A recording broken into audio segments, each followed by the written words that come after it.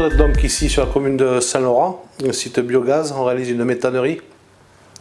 Méthanerie destinée à produire du gaz à usage domestique. On réalise cette méthanerie pour le compte d'agriculteurs, 5 agriculteurs qui sont associés. Un tout nouveau concept en France, c'est de l'énergie verte, donc du gaz produit à partir d'ensilage. Pour nous, c'est le chantier phare puisque c'est le premier qu'on réalise. Un chiffre d'affaires de 1,1 million.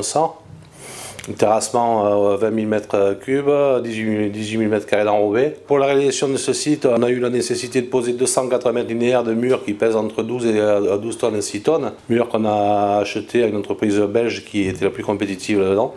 La production de gaz donc, va être réalisée à partir d'ensilage, un ensilage qui va être produit dans les champs environnants. Ils ont besoin de 11 000 tonnes d'ensilage pour la production de gaz annuelle.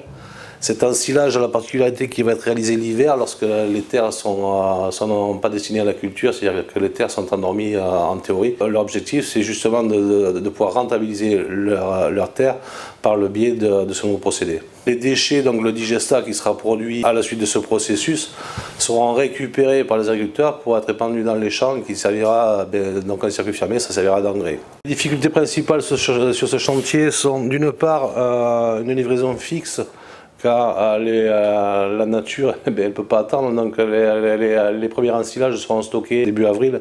Donc il faut impérativement que début avril tout soit prêt pour recevoir cet ensilage.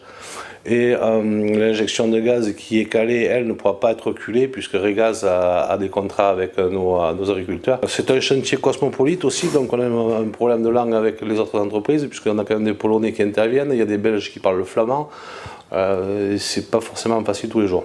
Et c'est un chantier qui a débuté donc en septembre et qui est à livrer en avril pour une première injection de gaz dans l'usage de leurs eaux domestiques en juillet 2019.